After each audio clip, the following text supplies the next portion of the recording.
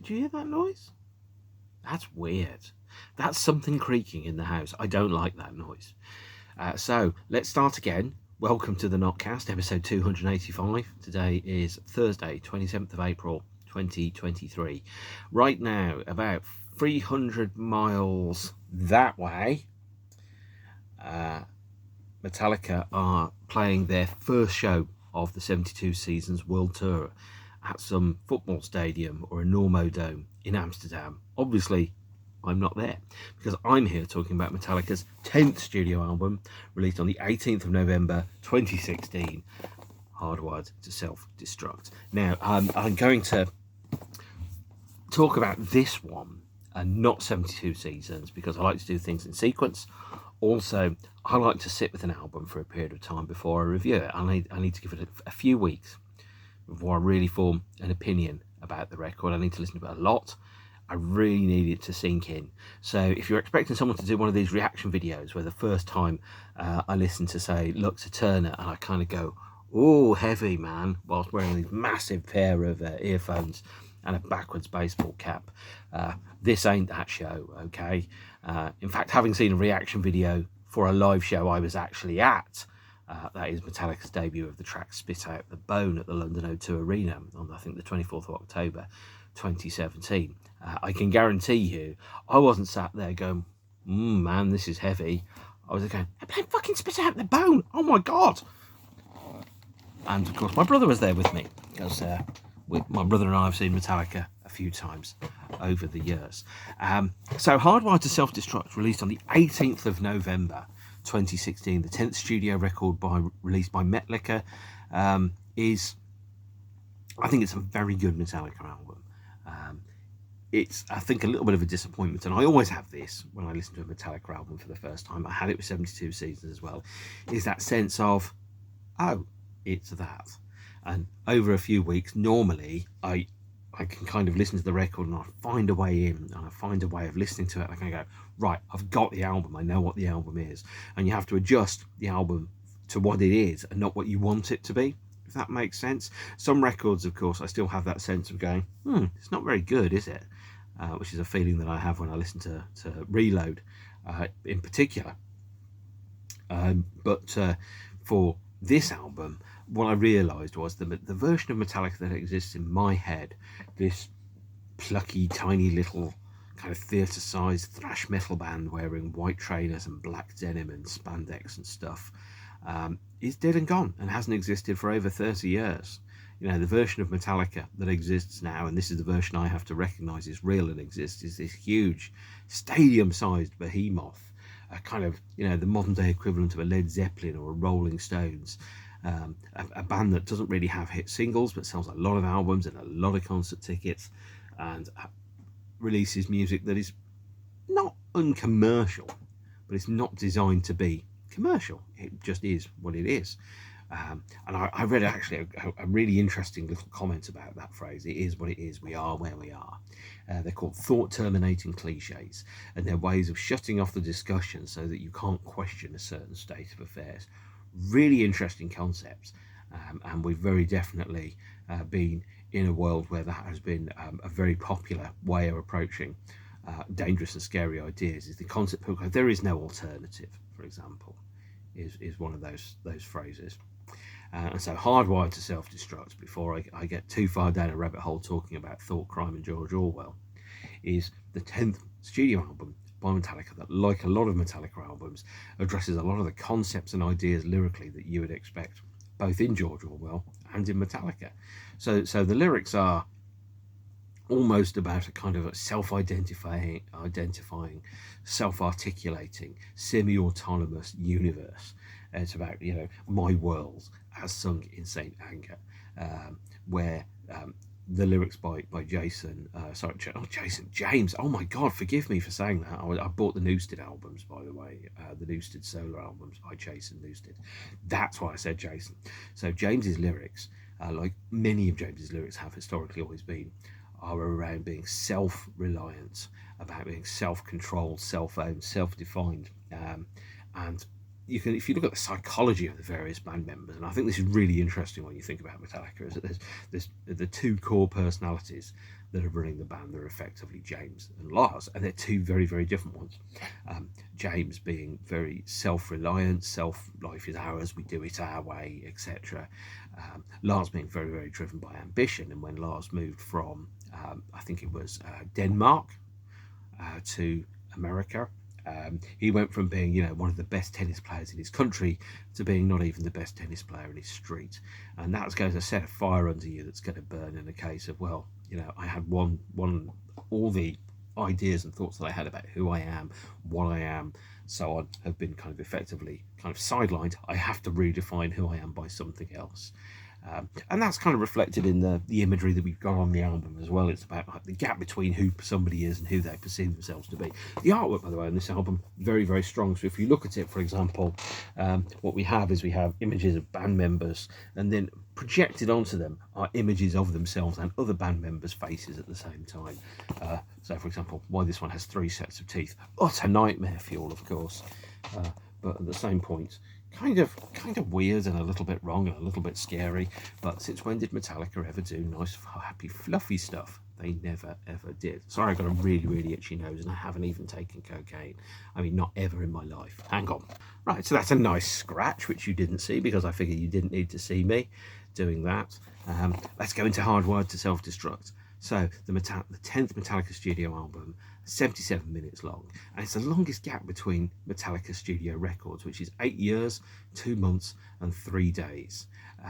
So for example, 72 Seasons, which came out a couple of weeks ago, is only a mere 6 years and 5 months, so a much shorter period of time. Obviously, in between the preceding album, Death Magnetic, and Hardwired, we had Lulu, which of course we have addressed and discarded. But this is the first album of new Metallica material, and I think that the writing on this album and the construction of the songs on this album and the approach on this album, Death Magnetic was an attempt to kind of recapture Master of Puppets and Injustice for All. This is an attempt to recapture or to recreate the album from 25 years previously, Metallica. The songs are shorter, they're more concise, they are less bloated, they are, although they're less complex, they're more straightforward, they're more direct. It's less like listening to maths, and it's more like listening to a punch in the face. It started off, first track that anybody heard from the album is a track that isn't even on the album, it's on the bonus disc version of it, Lords of Summer, a single that was released in 2014. And that was the first of the songs that was heard and played live, and it was also, like I think the rest of the songs on this album, when Metallica did their By Request tour in 2014, and fans voted for the songs that they wanted to hear, Metallica had to play songs that they hadn't played at any point in their career before, or not for a very long time. Songs like King Nothing, songs like Call of Cthulhu, songs like Frayed Ends of Sanity, for example. All songs which people had been like, I really want to hear Metallica play live. And so therefore they'd had to flex muscles that they hadn't flexed on stage ever before, and often kind of get to learn songs and songwriting chops and approaches that they hadn't really listened to for maybe 20 years or so. So we had Lords of Summer, which was the first song released from the album. As I've said before, Lords of Summer appears on the deluxe edition of this record, and the deluxe edition of this record is either in this form here, this 3 LP plus CD box set, or the 3 CD edition here, which features a bonus CD. And the version of Lords of Summer that's on here is a different recording and a different arrangement to the version that was released as a single in 2014. So it was re-recorded for the LP. And the album itself was recorded between March 2014 and probably June 2016. And it was the first deluxe edition that was due to have, well, the first deluxe edition of the album, which was later cancelled, was due to have a third CD called Riff Origins on, which was 13 instrumental, largely demo versions of the songs from the albums. Now, we had that with Death Magnetic, we had that with Saint Anger, to an extent, alternate studio recordings of the songs live in the studio, and of course, on the B-sides of the various singles. But nobody releases physical singles anymore. And that meant that all those extra lovely bonus tracks that you would have had as single B-sides aren't on Hardwired to Self Destruct, so you don't get any demos, and the live tracks become live albums in their own right. And during this period, by the way, and it may have eluded you, Metallica released 5 live albums to conventional consumer retail in various forms, plus something like 193 mail order direct only live albums on CDR. But the difference that we had with Hardwired to Self Destruct, not only were the band for the first time releasing new studio material on their own label, complete artistic control and dominion, they also had the ability to stand or fall on the strengths and merits of their own behaviours. So this was the first album which they'd written, which I think, to me, it felt like there was more succinct, direct songwriting. It's also the first album in a long time that had no input whatsoever from Kirk Hammett, who allegedly lost his phone in an airport in somewhere like Cologne or Copenhagen and lost 250 riffs. And so therefore this is the first album that doesn't have any contribution from Kirk. And like a lot of albums, like a lot of bands, every band has one album which everything that they do is leading up to that point, and everything that they do after that is a response to that. For Metallica, this is the Black Album in 1991. Everything was leading up to the Black Album, and when Black became, the biggest selling album of all time, or one of them, everything that they did after that was a response to and a consequence from that point. Every band that's had a major hit has this. U2's is both Joshua Tree and Achtung Baby. Metallica's is Black Album. Depeche Mode's is Violator. The Cure is Disintegration. That is the benchmark by which everything else that band does is judged. Right or wrong, that's how it happens. And so they have the point where what this feels to me like is a response to or a sequel to that record. If it was Meatloaf, I don't like Meatloaf, but some people I do like Meatloaf, and they're lovely human beings with not the same taste in music as me, is probably the nice way of saying it. If it was Meatloaf, it'd probably be called Black Album 2, but it isn't. This is a conscious attempt to make a direct and obvious album that people will put in their car CD players and really enjoy. And it sold a lot of copies. In the US alone, it sold 291,000 in the first week. It sold 2.3 million worldwide.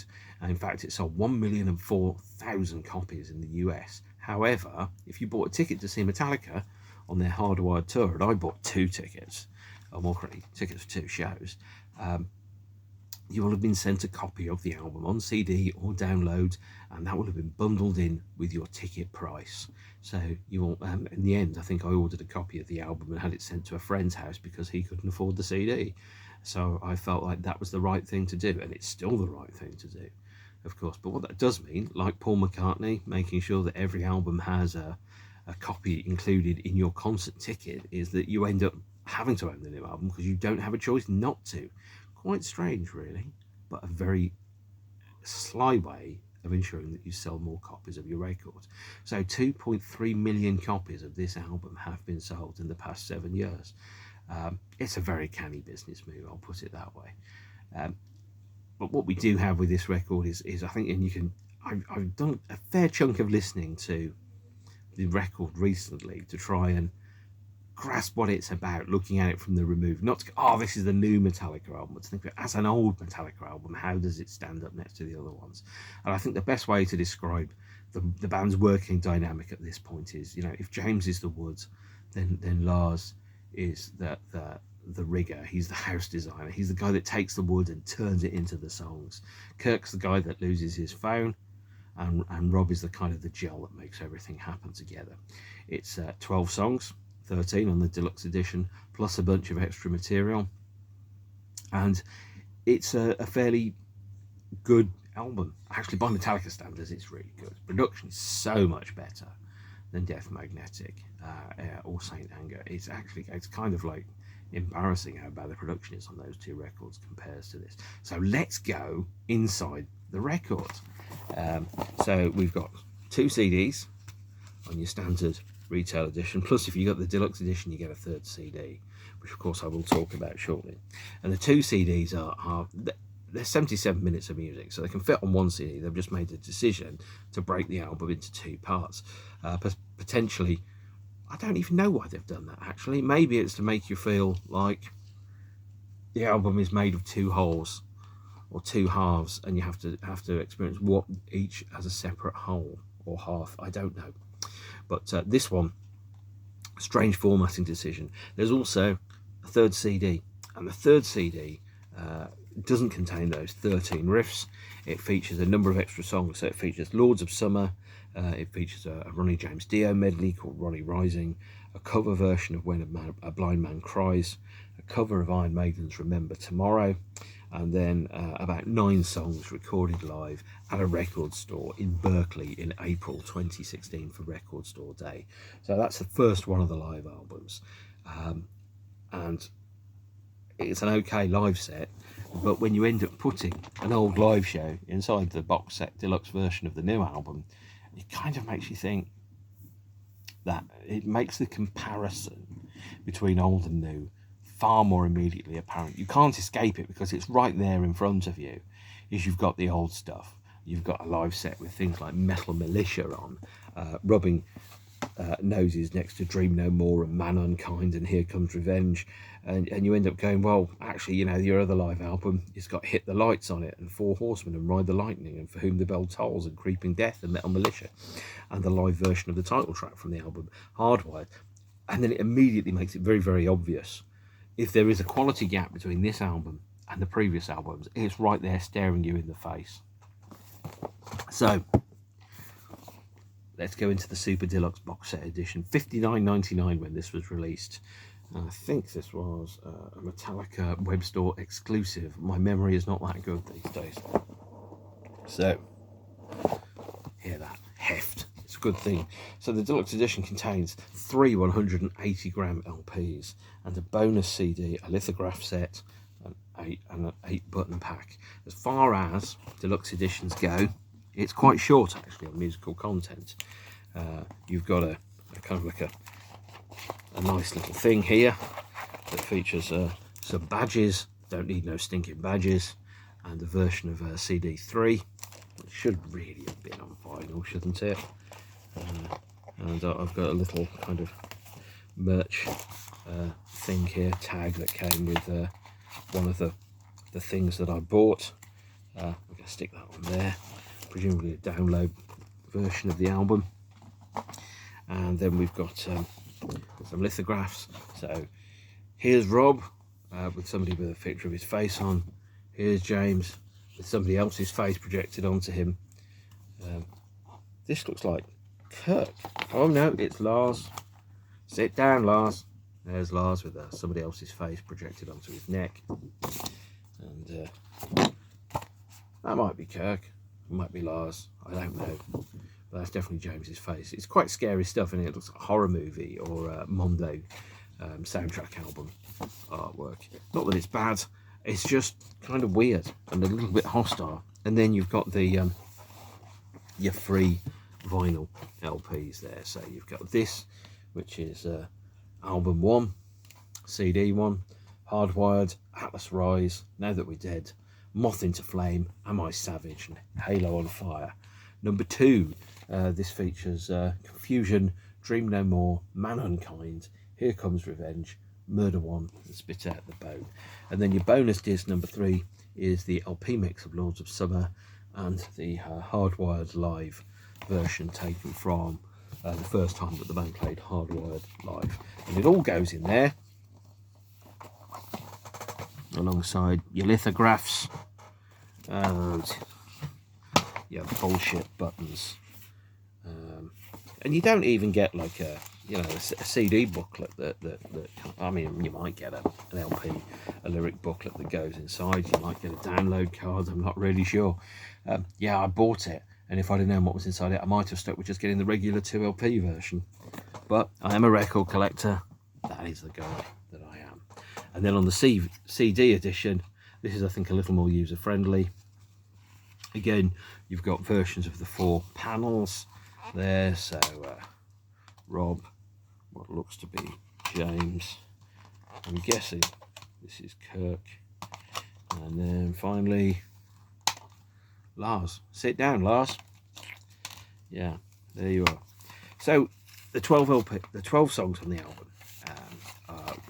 We start with Hardwired, first single released from the LP, and Hardwired is a short, punchy kind of song, the type of song that Metallica don't write anymore. And when they wrote this LP, I think Hardwired was the last song that they wrote for the LP, because they realised what they needed and what they didn't have was a short, punchy 4-minute song.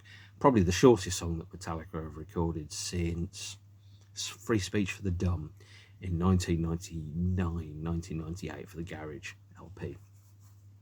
Certainly the shortest Metallica original in a very long time.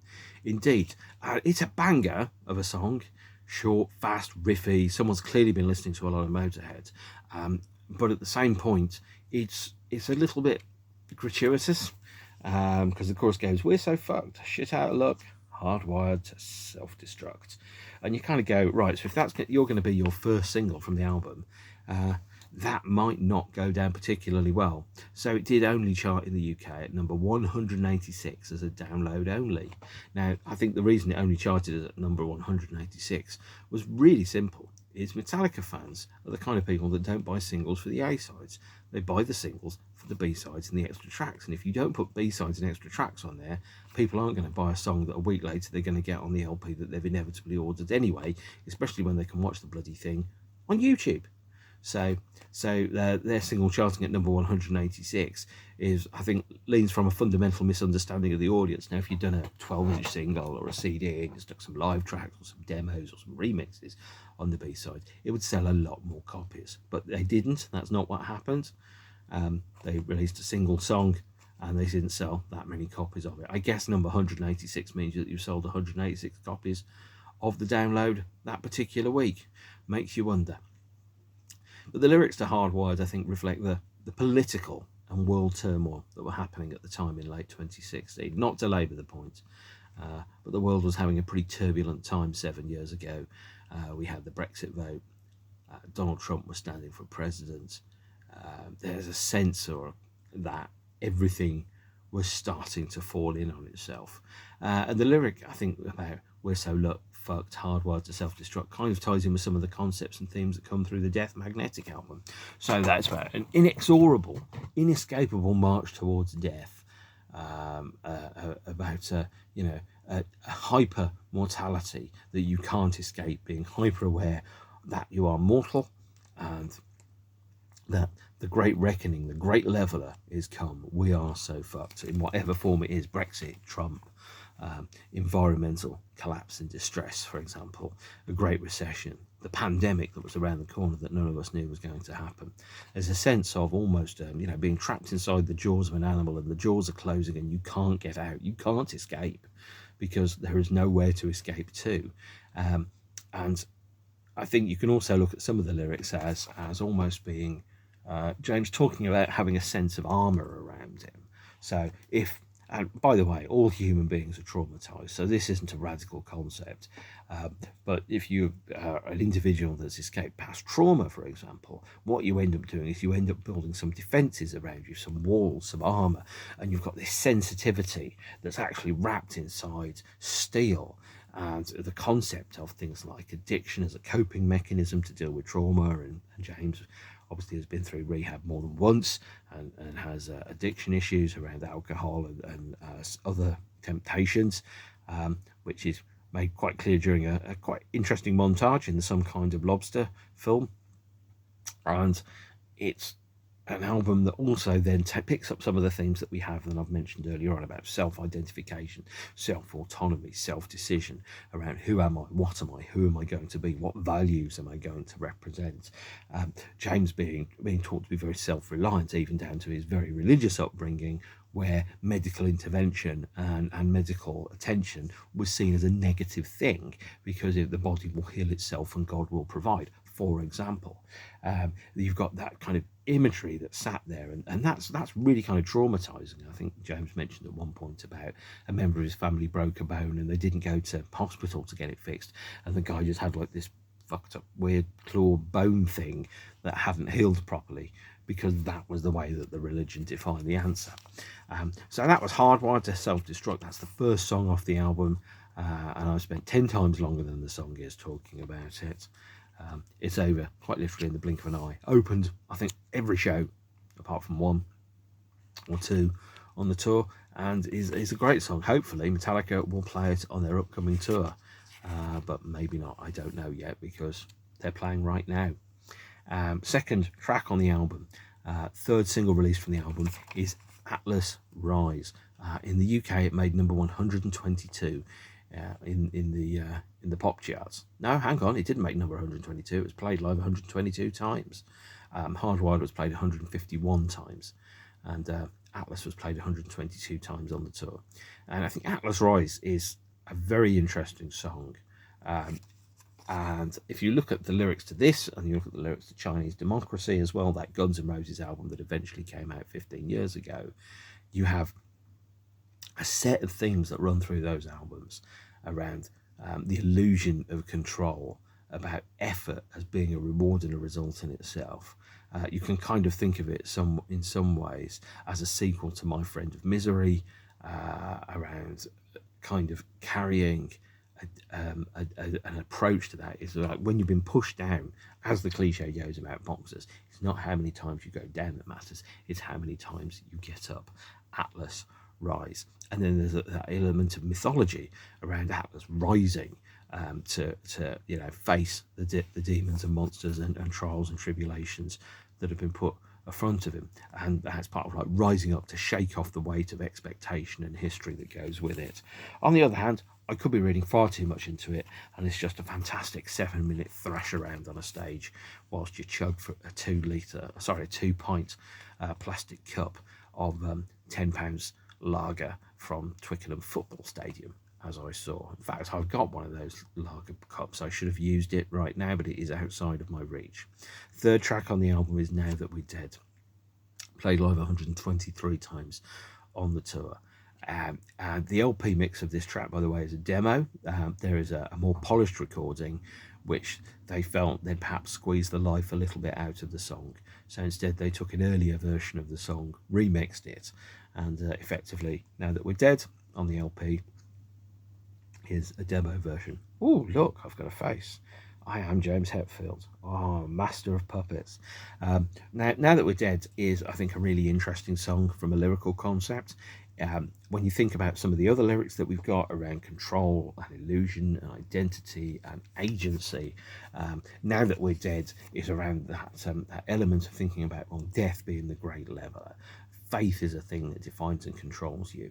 You have to trust in the moment, you have to trust the uncertainty, and you have to move forward to survive. So, it's about facing down a existential crisis, and by that what I mean is a crisis that threatens your existence, and trying to survive through that. So Now That We're Dead, the other part of that, you can take a view from it as it's actually around a couple that until death us do part, and then now that we're dead, what happens? Does that still survive? Does that live on? Does that become an eternal position, or is that a temporary state of affairs? And by the way, life is a temporary state of affairs because it's not permanent, and nobody's getting out of this alive, as Jim Morrison said. Track 4, Moth into the Flame, the second single released from the album, and I think this is played live 152 times as well, and they did record a version with Lady Gaga that they played at an awards ceremony, which was quite controversial because the mic stopped working. And the Moth into Flame is inspired by Amy Winehouse, the now sadly departed singer, who was not given the time to heal and was worked effectively into an early grave. And some of the songs on the album talk about temptations and drivers and things that control you. And Moth into Flame is around the nature of fame and popularity, and the thing that it's kind of, as Robert Downey Jr. said when he was talking in court, once he very memorably said, I've got a gun in my mouth and I like the taste of metal. And I'm like, wow, that is an image, and if that isn't a Metallica lyric, it should be. You guys can have it for free. Credit Robert Downey Jr., not me. It's around fame as a magnet, and there are things that come with fame, things like drugs and addiction, yes men, people that won't tell you no, people that won't challenge your way of thinking. And it's around how these are all actually quite dangerous temptations that could reduce you or to control you, and you have to kind of strike out and be strong and have your own identity in the midst of all of that. The idea that a moth is compelled to fly towards the flame and it has no choice about it, it's just driven towards it, and it will, you know, burn up like Icarus on his flight, to quote the great Iron Maiden. And then we have Dream No More. Dream No More is track 5, played live only 21 times, and this is an interesting song, which clearly says Cthulhu awaken, Cthulhu awaken. It's not exactly subtle, is it? So the idea of a monster coming back to life in whatever form that is, and you can tie that into some of the other ideas that you've got in Hardwired, the song itself, around the idea of a great leveler, a reckoning is coming, something inescapable has risen, and then you've got these lyrics here around he sleeps under the black seas waiting, lies dreaming in death, and Cthulhu awaken, and he will dream no more. And well, it's an interesting lyric. There is a little bit of tits and dragons about it, as there is indeed with anything made by bare-chested men with guitars. But it's an interesting metaphor for being on a path that you can't escape, that there are some things that are predefined inside destiny, which is also obviously a theme that's picked up in Death Magnetic, the idea of certain things being absolutely inescapable. Okay, Halo on Fire, track 6. I think this is an interesting song. Again, a lot of ideas around it. Kind of like reading the lyrics now, I don't know what this song is about. I'm not sure Metallica know what this song is about. The lure of the darkness being was like a moth to a flame, I don't know. But I think also you could read the lyric and you could think about it being about solar eclipse, around the fact that darkness will always come. Just remember, there is no dark side of the moon, it's all dark, and you know, the sun never sets or rises, it's just an illusion caused by the world spinning round. But also around temptation and redemption, and kind of going, it's not inevitable, some of these things. You know, you can control your perception. You can't control the reality, but you control your perception to the reality. You control your response to the reality. And so therefore, you're only responsible for what you do, and you're only responsible for what you say, not for what is heard or not how other people respond. And if you've ever had a situation where people have a false image or perception of who you are as an individual, and you can't control that, those are parts of that song, I think. The idea that I can control only the boundary of myself. I can't control what happens outside of myself. Like if a fly came into this room right now, the only way I could control that would be to shut the door before the fly got in. I've known if you take half of the side of the house off, the fly isn't going to fly out. The fly's going to go in the other way. It'll come in through a thing that's about this big, and then it'll fly off through and then it'll kind of like, you could give it like 8 square feet or like 64 square feet it could fly out of. It won't do it. It'll go the other way because it's a fly. But we are only, you know, responsible for the things that we can control and not the things that other people are. And there's an element of sometimes you have to let go of that lyric around, you know, I'll die if I let go. Love is control, from All Within My Hands. These are all themes that come all the way through the band's work around control and agency and identity. And talking of control, agency and identity, this is the middle of the CD booklet here, which clearly shows that these are the things that drive human beings. These are designed there to show you that, yeah, this is, you know, this is the thinking room. And these you can kind of, especially this one, you can kind of look at that one and kind of think, well, it kind of looks sort of like a face, doesn't it? Some very interesting and unusual imagery, we'll put it that way, I think it's fair to say. Track 7, Confusion. Has been played live 31 times. Halo on Fire, by the way, played live 90 times. And I think Confusion is a song that reflects a certain way of thinking. So it's very, very clearly about post-traumatic stress disorder, using war as a metaphor. Now, war comes in many, many forms. It can come in the form of a divorce, it can come in the form of an actual war, it can come in the form of a conflict between two people. everybody has at some point in their life bumped up against something that they're in conflict with, and that's a form of war. And confusion is around what is real versus what is perceived.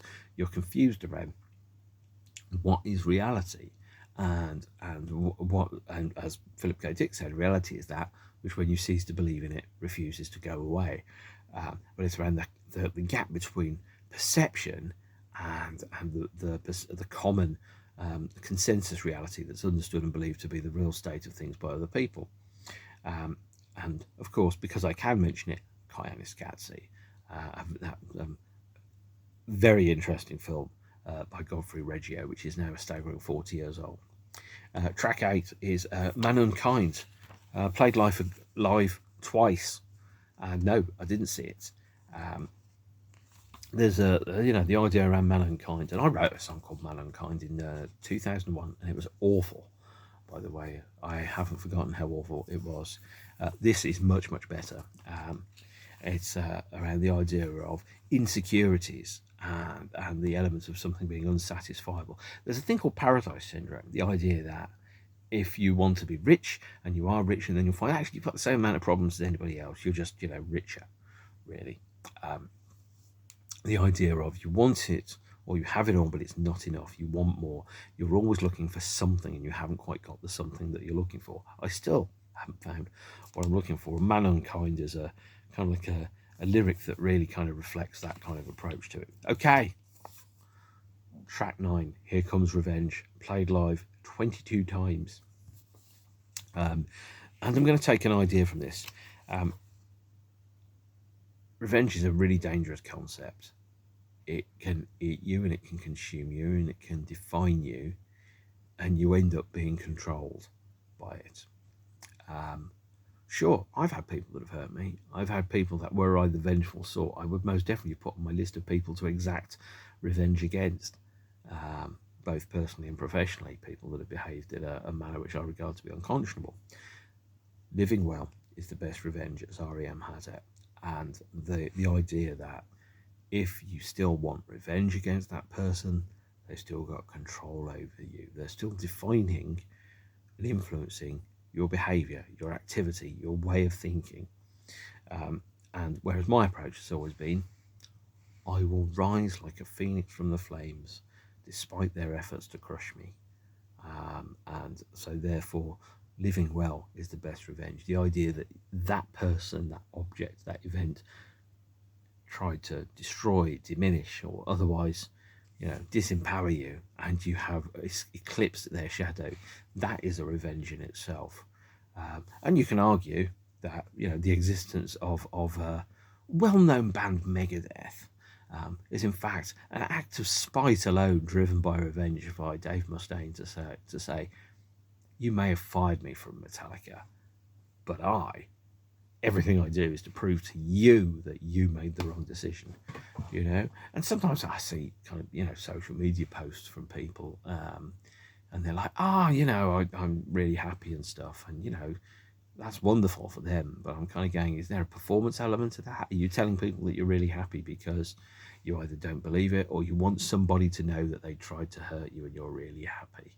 You've got to be really careful about the psychology that sits inside that and behind that, and what defines that as it goes forward. Here Comes Revenge, by the way, also is the idea that revenge is messy and dirty, and it's exhausting. There is a really good film called Blue Ruin, which is very much around somebody trying to exact revenge and finding that in fact all you're doing is making everything much worse, and there are, as I've said before, certain people that I think have not had their just desserts for the way in which they've treated me. But I don't know anything about them now. Tragedy could have befallen them. I wouldn't care. What would matter to me is that I, as a person, wasn't changed by that experience. I didn't become cruel or bitter or vindictive or vengeful or anything like that. Revenge is a really powerful, dangerous kind of element to mess with, and it's a double-edged sword. Right, Am I Savage, track 10. Again, not played live very often, is about the beast within. The idea around we all have an inner and an outer self. And this is where actually all the lyrics on the album are around, self-definition, self-identification. Who am I? What am I? Where am I going to be? What am I going to do? All the Blade Runner questions. That's probably would be a good cover for the album, actually. But the idea around, and it's very obvious, tongue is fang, twisting under my skin, snap inside the beast about to complete, shape shift rearrange. I am kind of going, is that just a song about turning into a werewolf, and you're just like, narrating a scene from American Werewolf in London, and not the scene that most people wanted to be in, which was the one with Jenny Agutter in the shower? I don't know. And then we have Murder One, track 11.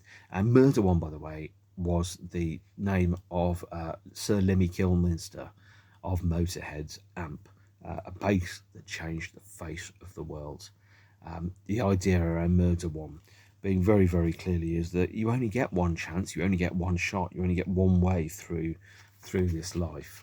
And even right down to quoting that famous Lemmy axiom, born to lose, live to win, is right in there. It's all around, the road becomes my bride and I self-define by how I am.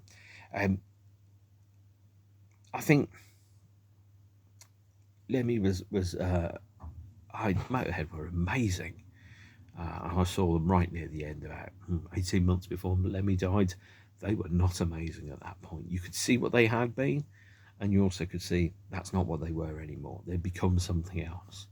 But them raging against the dying of the light and the marking of age, and still trying to be the best band that they could be. And I can't help but applaud when somebody goes, if I'm going to go out, I'm going to go out fighting. And that's exactly what they did. Born to lose, live to win. Last track on the album, Spit Out the Bone. Rob Trujillo's favourite track on the album, played live 57 times. I saw its debut live performance at the London O2 Arena on October 24th, 2017. There is the CD I bought from Metallica.com for £19.81, because that was the year that the man formed.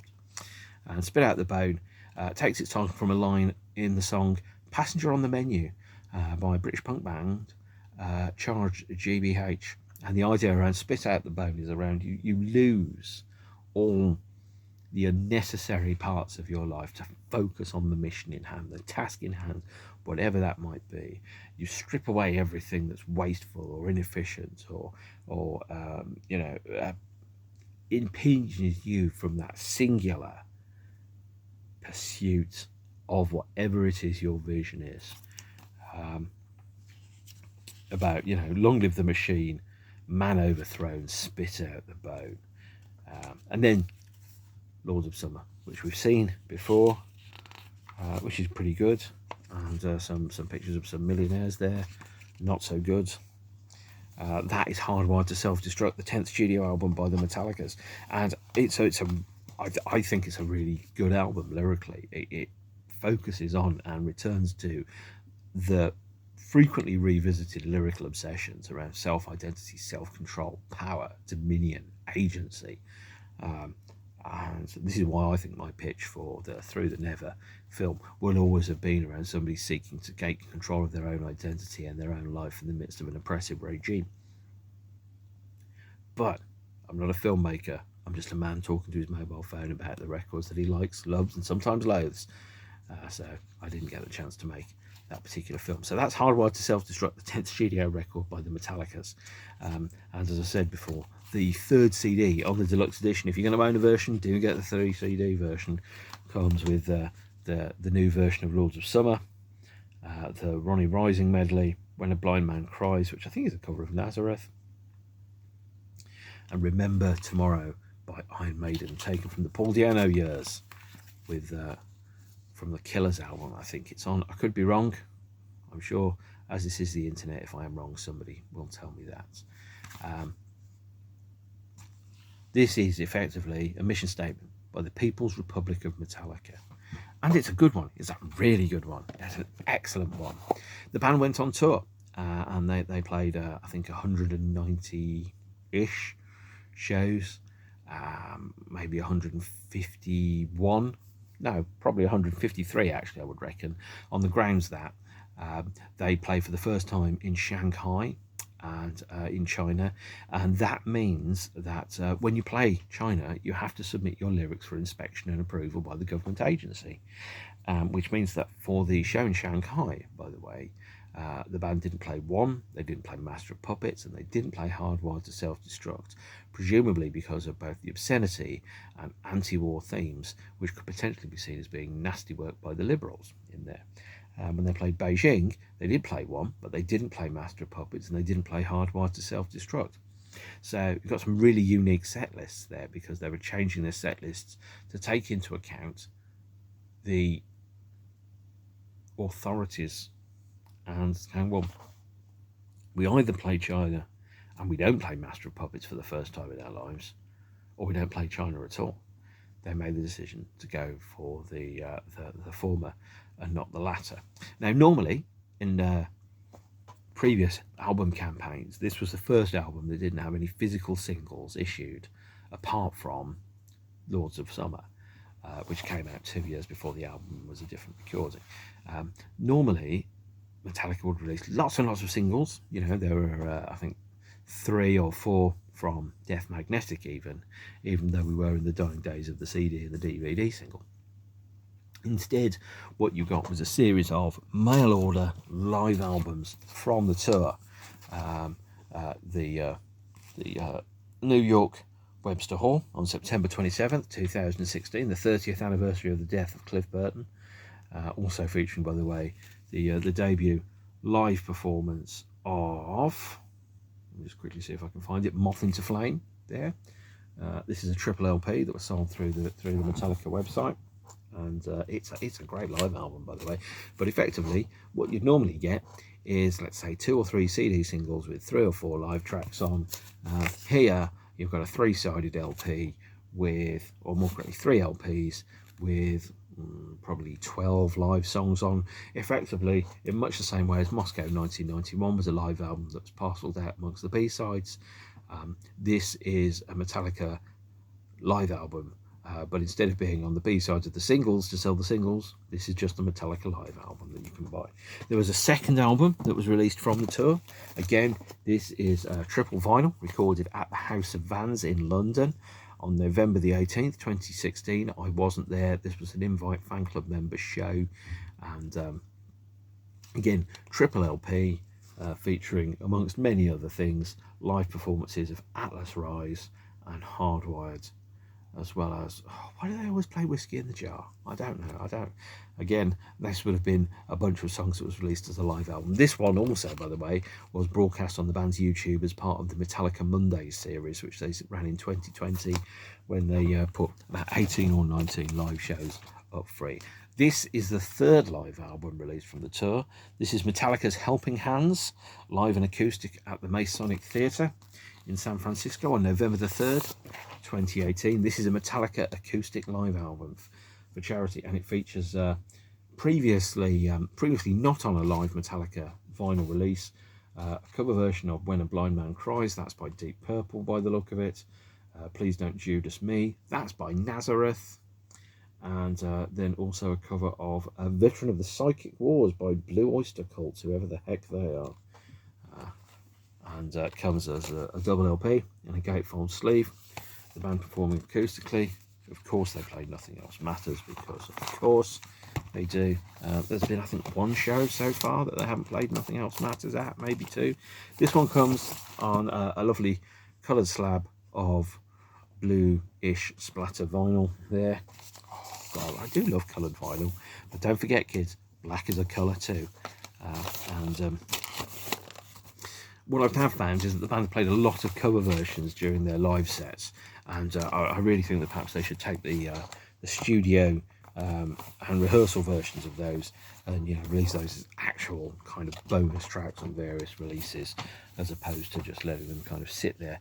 But they've also, during this period, they did cover versions of things like Brothers in Arms, and they did a Chris Cornell single, actually. So if you're a particular fan of the band, you may have, oh, where's it gone? Hang on. Here it is. The band also launched the Metallica Vinyl Club, and they released 4 7-inch singles. They're currently on 4 12-inch singles. this year, but the annual subscription this year was going to cost me $160, which was £80 for the singles and £80 for the postage, which when you look at it that way, it's about £130 for 12 inches, which is ridiculous. I'll use that money to buy things like food, for example. So this is the single, the tribute to Chris Cornell, that was released through the Metallica's fan club, and it features a cover version of Soundgarden's All Your Lies, and a cover also of Head Injury, which were performed at the Forum in Los Angeles following on January the 16th. And it comes in a 7-inch there with, there you go, the 2 songs, which you can't get anywhere else.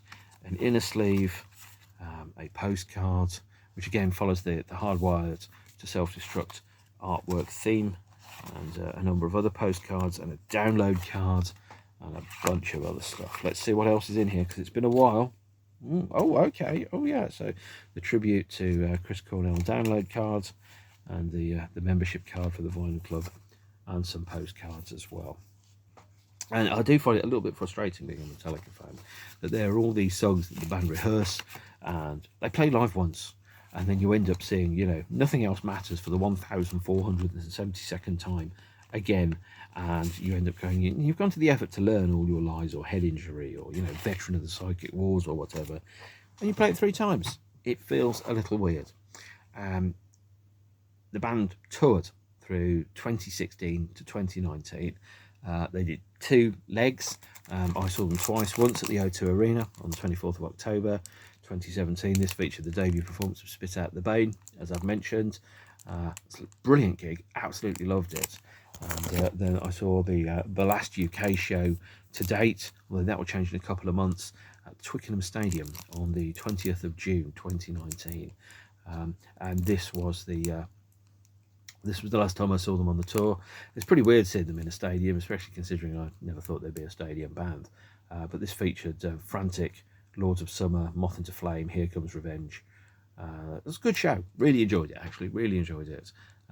But it is stadium rock. And it being Twickenham, I left during the encore because Twickenham is put technically in the arse of nowhere. It is 20 minutes to get to the train station. It's then half an hour to get from the train into central London, and then I have to get from central London to where I live, which is not central London. So I left at 10:15. I got home at gone midnight, and I made it by the skin of my teeth to get the last train, which was at 12 minutes past midnight, because of where Twickenham is based.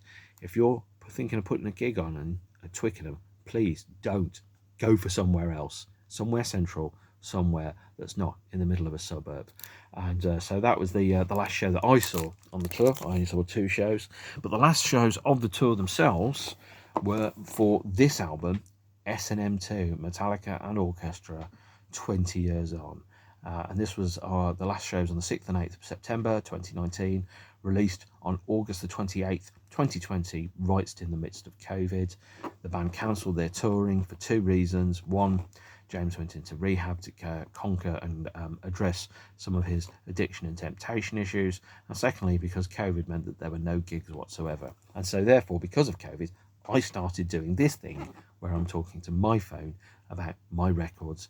And those of you that are watching it are very patiently going, wow, Mark, you've got a lot to say about something not very interesting. I know. So,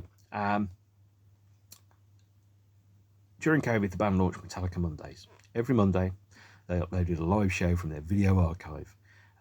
On this tour, they uploaded the House of Van show in 2016. They uploaded a show from San Francisco. I think they uploaded Moscow and Manchester, and a couple of others as well. Sorry, itchy nose again. And in Mexico, they played TVI by the Stooges with Iggy Pop. Oh, I wish I'd seen that, but I didn't. And then they played a second round of arenas in America, playing relatively obscure places they hadn't visited since the Justice Tour in 1988, and they wrapped the whole thing off with this show, S&M2, at the San Francisco something Super Megadome. This is the Metallica website version. It comes with the Blu-ray of the live show, a Metallica pick, there, CD. Sheet. Oh, a download code for S&M2. I've used it, so you can't have it. sheet music for the orchestral arrangement of All Within My Hands. And then also we've got some other bits. Let me just quickly go into here so you can see which ones they are. There's S&M2, and it comes in a number of formats. This one features a quadruple LP on lovely colours of vinyl. Black is a colour again. Sometimes I think maybe the black album should come on a black vinyl, and that should be the most obvious form of it. You've got a poster, Metallica and San Francisco Symphony together again live, and there's a photo booklet here, very nice by the way, with some explanatory text. Metallica are rich and they want to play it. Lars, again, backwards baseball cap. What on earth is it with backwards baseball caps? There's James looking like a metal lion. That's the Kirk. Here's, I'm guessing this one's Rob, actually. I've not looked in this for a while. There's Rob. Good old Rob. Great bass player. Really good choice. When they announced it, I'm like, of course, great choice. Then there's some stuff with the orchestra. And this features, since Michael Kamen, who did the orchestration for the first S&M, has died, the orchestration for this was, I think, by Michael Tilson Thomas, and songs were arranged by Bruce Coughlin and Michael Kamen, alongside Anesthesia, which was arranged by Scott Pingle, and they had some extra musicians that were on stage with them. And generally, it's quite an experience. There's no new material on this, unlike S&M1, so there's not a no-leaf clover or a subhuman or anything like that. There is, however, orchestral covers of the track Scythian Suite, Opus 20, The Enemy God and the Dance of the Dark Spirits, and the Iron Foundry, Opus 19, appeared on there, which is an interesting way of Metallica kind of taking some instrumental classical pieces which are not vastly well known, to be honest, and performing them themselves. This version, the Metallica website exclusive, comes on a kind of silver and orange vinyl, and then the other side splits it into some other colours as well across the 4 LPs. I'm going to have to go through those. This feels like a kid doing show and tell, doesn't it? I've come to talk to you about my Metallica records. Very polite. And the whole thing kind of opens out into a series of conceptual artwork there. And then let's try LP4, see what colour that is. That's a splatter. So sides, well, LPs 3 and 4 are splatter, and LPs 1 and 2 aren't. They're very nice, they look very good, but of course it's the music that you're listening to and not the packaging. What I will say about S&M2 is I think it's a very good record, utterly unessential of course, and the novelty of a Metallica live album is really worn off, because you've got to remember that obviously they did the 3 live shows on vinyl, they did the Record Store Day on the deluxe edition of Hardwired, they did CDRs of every show of the tour. Live Metallica is not the hard to find thing that it once was, and so it's just another live album. And of course they did the 4 vinyl live albums, Through the Never, the Fan Club EP. They've done a lot of live material over the years, but it's a good, perfectly adequate live album, and it's something that if the show had to happen, and it did happen, and it was very good by the look of it, the most important thing is that it's captured because it's unique and weird and unusual. Also, I really like the cover, because obviously it's an M shattering a violin with the S and the 2 there of the notches that are inside a violin, presumably for the acoustic version of it. This version of course comes with the Blu-ray.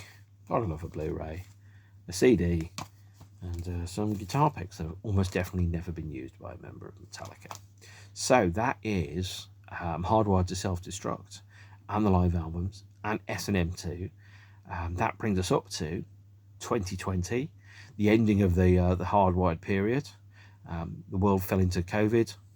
Metallica cancelled their touring, and then in the summer of 2021 Metallica came back on stage. But that is a message for the next episode, when I talk about that, and I talk about their latest studio album, released very recently, 72 Seasons.